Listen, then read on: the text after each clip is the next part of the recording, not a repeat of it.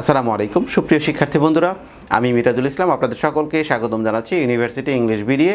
University English BDA আপনাদের সকলকে অভিনন্দন জানিয়ে আজকের আলোচনা শুরু করছি। বন্ধুরা, ইংলিশ লিটারেচারের একজন পুরোধা, মিডিয়েভাল ইংলিশ লিটারেচারের অন্যতম ব্যক্তিত্ব, father of English poetry, grandfather of English novel, সসারের বিখ্যাত একটি poetry the general prologue to the Canterbury Tales. আসলে the general prologue to the Canterbury টেলসটি মূলত ক্যান্টারবারি টেল এর একটি প্রোলগ বা মুখবন্ধ। এই জেনারেল প্রোলগে সসার ক্যান্টারবারি টেলসের যে চরিত্রগুলো রয়েছে সেই চরিত্রগুলোকে বর্ণনা করেছেন। বন্ধুরা, আমরা জানি যে সসার 1400 শতকের একজন কবি ছিলেন। 1400 শতকের সামাজিক, অর্থনৈতিক, রাজনৈতিক, এমনকি ধর্মীয় যেই ইনস্টিটিউশনগুলো ছিল সেই ইনস্টিটিউশন দ্বারা ওই সমাজের অনেক অপব্যবহার শুরু হয়েছিল। ওই সমাজের চার্চ বিশপরা সমাজকে বিভিন্নভাবে পলিউটেড করছিল এবং ওই সমাজের অনেক ব্যক্তিরাই তাদের ক্ষমতার পজিশনে থেকে বিভিন্নভাবে সেই ক্ষমতাকে অপব্যবহার করছিল। তখনকার সময়ে বিজনেস ক্লাস মানুষের, অর্থাৎ যারা মার্চেন্ট ক্লাস মানুষ রয়েছে, তারা তাদের ক্ষমতার দিকে উত্থান হচ্ছিল। বিজনেস ক্লাস পিপলদের হাতে ক্ষমতা চলে যাচ্ছিল এবং মিডল ক্লাস মানুষরা আপার ক্লাসে চলে আসছিল।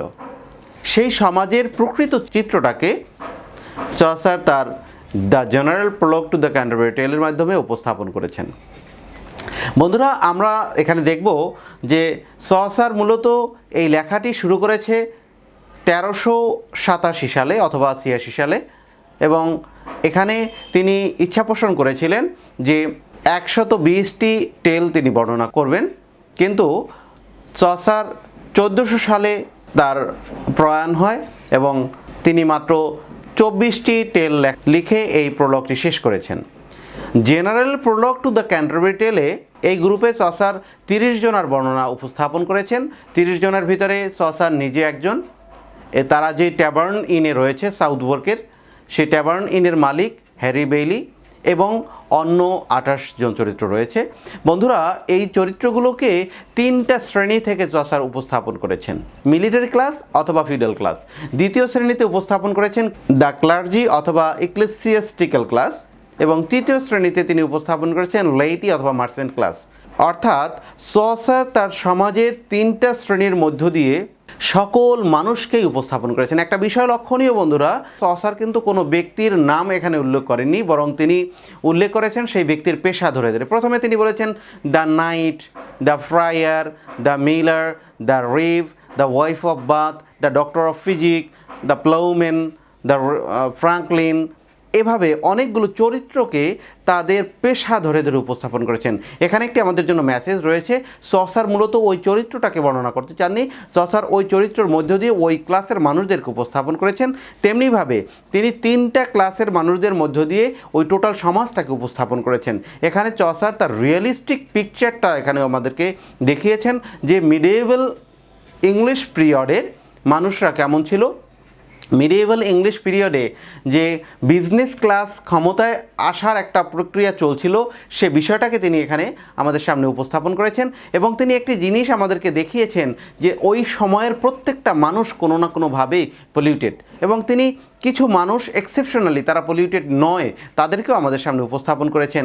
এই জন্য যে চসার নিজে একজন নিউট্রাল পজিশনে থাকতে চেয়েছেন, যে তিনি সকলকেই সমালোচনা করেছেন, ক্রিটিসাইজ করেছেন, কিন্তু নিজেকে এর থেকে ঊর্ধ্বে রেখেছেন। বন্ধুরা, চসার মূলত তার the general prologue to the Canterbury Tale এই প্রোলগটিতে 30 জন ব্যক্তি সম্পর্কে বর্ণনা করেছেন এবং একটি ফ্রেম স্টোরির মধ্য দিয়ে তিনি অন্য স্টোরিগুলোকে আবর্তন করেছেন।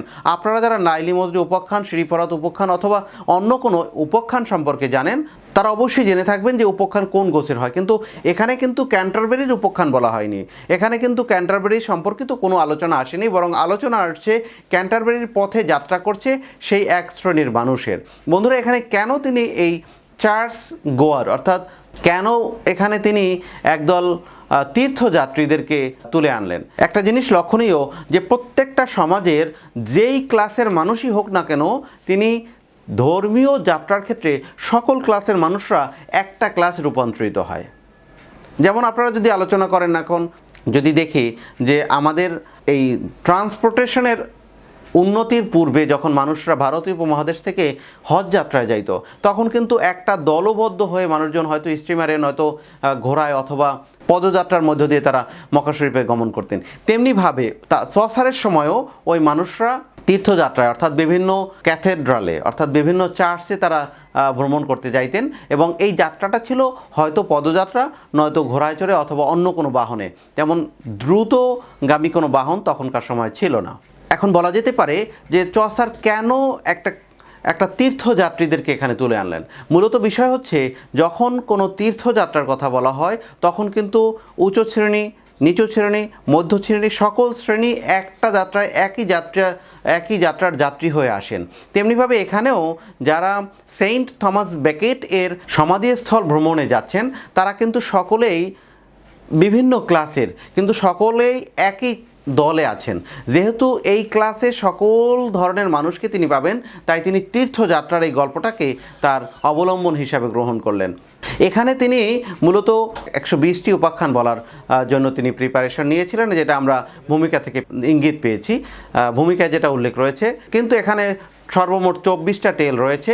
এই 24টা টেলের মধ্যে দিয়ে সব টেলগুলো বলা শুরু হয়েছে। আমরা ভূমিকায় জানবো যে যখন তারা সেন্ট থমাস বেকেট এর সমাধিস্থল ভ্রমণে যাচ্ছেন, তখন হেইরি বেলি একটা চরিত্র, তিনি এই ট্যাবার্ন ইনের মালিক, তিনি সকলকে প্রপোজ করলেন যে চলো আমরা যাওয়ার সময় 2টা গল্প এবং আসার সময় 2টা গল্প, টোটাল প্রতি ব্যক্তি 4টা করে 120টি গল্প আমরা বলবো, যে গল্পগুলো আমাদের যাত্রাপথকে সহজ করে দিবে। এখন এই প্রপোজ নিয়ে তারা যাত্রা শুরু করেছিলেন, কিন্তু টোটাল 24টি গল্প বলার মধ্য দিয়ে তাদের এই সকল গল্প বলাগুলো শেষ হয়ে গেছে। বন্ধুরা, এখানে আরেকটা বিষয় আমরা লক্ষ্য করতে পারি যে চসার মূলত 3টা ক্লাসের কথা এখানে উল্লেখ করেছেন। কেন 3টা ক্লাসকে উল্লেখ করলেন? 3টা ক্লাসকে উল্লেখ করেছেন এই জন্য যে 3 ক্লাসের মানুষের বর্ণনার মধ্য দিয়ে তিনি ওই সমাজের সমস্ত চিত্রটাকে আমাদের সামনে উপস্থাপন করেছেন।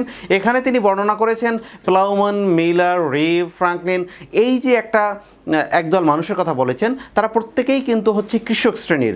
এই চরিত্রগুলোর মধ্য দিয়ে তিনি কৃষকদের চরিত্রকে উপস্থাপন করেছেন, যে কৃষকরা কেমন হয়, অথবা কৃষক যদি কোনো সম্ভ্রান্ত হয়ে যায়, কৃষকরা যদি একটু ক্ষমতাবান হয় তাহলে তাদের কী অবস্থা হয়। এবং এরপর তিনি আলোচনা করেছেন ওয়াইফ অফ বাথ, 5 গিল্ডসম্যান, এদের দ্বারা তিনি কিন্তু ইন্ডাস্ট্রি এবং ট্রেডকে রিপ্রেজেন্ট করেছেন, যে ইন্ডাস্ট্রিয়ালাইজেশনের ফলে কারা কারা ক্ষমতায় আসছে এবং ট্রেডটাকে কিভাবে স্প্রেড হচ্ছে এই ইংল্যান্ডের সোসাইটিতে। এরপর তিনি মার্চেন্ট এবং শিপম্যানকে রিপ্রেজেন্ট করেছেন, শিপম্যানকে উপস্থাপন করেছেন, এবং মার্চেন্ট শিপম্যান রিপ্রেজেন্ট করছে কমার্সকে। ডক্টর অফ ফিজিক এবং পোয়েট নিজে এখানে লিবারাল প্রফেশনকে রিপ্রেজেন্ট করেছে। এছাড়া পার্সন রিপ্রেজেন্ট করেছে সেকুলার ক্লার্জি, এবং মঙ্ক প্রেয়রিস রিপ্রেজেন্ট করেছে মনেস্ট্রিক অর্ডারকে। মনেস্ট্রিক অর্ডার তখন যে পলিউটেড ছিল এবং বিভিন্নভাবে ধর্মীয় অনাচার যে তখনকার সময় শুরু হয়েছিল, সেই বিষয়গুলো আমরা এখানে জানতে পারবো। বন্ধুরা, একটা বিষয় আমরা এখানে লক্ষ্য করতে পারি যে চসার কিন্তু তার সময়ের চিত্রকে উপস্থাপন করতে গিয়ে প্রত্যেকটা চরিত্রকে তিনি ক্রিটিসাইজ করেছেন। আবার তিনি সৎ চরিত্রগুলোকে বা ভালো চরিত্রগুলোকে তিনি অ্যাভয়েড করেও যাননি। তিনি একটা জিনিস আমাদেরকে দেখিয়েছেন যে তার সময় যেরকম অনাসৃষ্টি ছিল, তেমনিভাবে কিছু কিছু মানুষ ভালোও ছিল। যেমন আমরা দেখতে পারি যে পার্সন, প্লাউম্যান, এরা খুব সৎ চরিত্র ছিল। এই চরিত্রগুলো তাদের জীবনকে ধর্মীয় জীবনের সাথে সম্পৃক্ত করেছেন, এবং তারা যেই কথা বলতেন সেই কাজগুলোও করতেন, সৎ জীবনযাপন করতেন। অপরদিকে তিনি কিন্তু ক্রিটিসাইজ করতে গিয়ে কাউকে পার্সোনালি টাচ করেননি, অর্থাৎ তিনি ওয়াইফ অফ বাথকে ক্রিটিসাইজ করেছেন, কিন্তু ম্যাডাম ইংল্যান্ডটাইন, ওয়াইফ অফ বাথের নাম যে ম্যাডাম ইংল্যান্ডটাইন, তিনি তার নামটি উল্লেখ করেননি। বন্ধুরা, চসার এখানে প্রত্যেকটা চরিত্রকে নাম ধরে ধরে বর্ণনা করেননি, বরং তিনি প্রত্যেকটা চরিত্রের পেশা ধরে ধরে উল্লেখ করেছেন। এখন পেশা কেন উল্লেখ করলেন, তিনি কেন নাম উল্লেখ করেন না, এই প্রশ্নটা যদি আমরা করি তাহলে আমরা একটা জিনিস খেয়াল করতে পারি যে যখন কোনো ব্যক্তিকে ক্রিটিসাইজ করা হয় তখন শুধুমাত্র সেই এক ব্যক্তির মধ্যে ক্রিটিসিজমটা সীমাবদ্ধ থাকে, কিন্তু চসার চাননি যে সেই ক্রিটিসিজমটা কোনো সিঙ্গুলার ব্যক্তি অথবা পার্টিকুলার ব্যক্তির প্রতি হোক, বরং সেই ক্রিটিসিজমটা টোটাল সোসাইটিকে রিপ্রেজেন্ট করুক, টোটাল সোসাইটি সেখান থেকে যাতে কোনো শিক্ষা নিতে পারে। বন্ধুরা, এখানে চসার তার চরিত্রগুলোকে অঙ্কন করার সময় 2টা পদ্ধতি অবলম্বন করেছেন। একটা হচ্ছে ডিরেক্ট ক্যারেক্টারাইজেশন, ক্যারেক্টারাইজেশন আর একটা হচ্ছে ইনডিরেক্ট ক্যারেক্টারাইজেশন। ইনডিরেক্ট ক্যারেক্টারাইজেশনে বন্ধুরা প্রত্যেকটা চরিত্রকে অন্য কোনো উদাহরণের মধ্য দিয়ে উপস্থাপন করেছেন। যেমন আপনারা যদি আমার সম্পর্কে বলতে চান যে মিরাজ তিনি পাঞ্জাবি পরেন, এখানে আপনারা কিন্তু আমার পাঞ্জাবিকে উল্লেখ করতে চাননি, বরং আপনারা আমার এই পাঞ্জাবির কথা উল্লেখ করতে গিয়ে বোঝাতে চেয়েছেন যে I am religious minded person. তেমনিভাবে চসার তার চরিত্রগুলো উপস্থাপন করতে গিয়ে ইনডিরেক্ট ক্যারেক্টারাইজেশনটাকে অবলম্বন করেছেন, আবার তিনি ডিরেক্ট ক্যারেক্টারাইজেশনও অবলম্বন করেছেন। সেখানে তিনি বর্ণনা করেছেন কোন ব্যক্তির চরিত্র কেমন, তিনি সেখানে বর্ণনা করেছেন কোন ব্যক্তি পোলাইট বা সে জেন্টেল, অথবা সে মানুষের প্রতি সে তার কাজে এবং কর্মের মিল রয়েছে এইগুলো। কিন্তু তিনি যখন ইনডিরেক্ট ক্যারেক্টারাইজেশন করেছেন তখন তিনি বলেছেন তিনি একটি আর্মর ব্যবহার করছেন, অথবা তার গায়ে আলখাল্লা রয়েছে, তার লাক্সারিয়াস ড্রেস রয়েছে, অথবা তার শরীরের অবয়বটা এভাবে। এই ধরনের চরিত্র অঙ্কনের মধ্য দিয়ে তিনি তার চরিত্রগুলোকে খুব সুন্দরভাবে ইন্ডিভিজুয়ালি লাইভলি চরিত্রগুলোকে উপস্থাপন করেছেন। আমরা একটা জিনিস লক্ষ্য করতে পারি যে চসারের যে চরিত্রগুলোকে এগুলোকে আপনি যখন পড়তে যাবেন তখন ইন্ডিভিজুয়ালি প্রত্যেকটা চরিত্র আপনার চোখের সামনে ভেসে উঠবে এবং মনে হবে প্রত্যেকটা চরিত্র অ্যালাইভ। এটা মনে হবে না যে শুধুমাত্র অঙ্কনের মাধ্যমে তিনি কিছু চরিত্র এঁকেছেন, বরং তিনি প্রত্যেকটা চরিত্রকে অ্যালাইভ করে তুলেছেন। বন্ধুরা, আমরা এই অংশে চসারের the general prologue to the Canterbury Tale এর ভূমিকাটা আলোচনা করলাম। পরবর্তী অংশে আমরা এই চরিত্রগুলোকে খুব সুন্দরভাবে আপনাদের সামনে উপস্থাপন করার চেষ্টা করব। ততক্ষণ ভালো থাকবেন। আসসালামু আলাইকুম।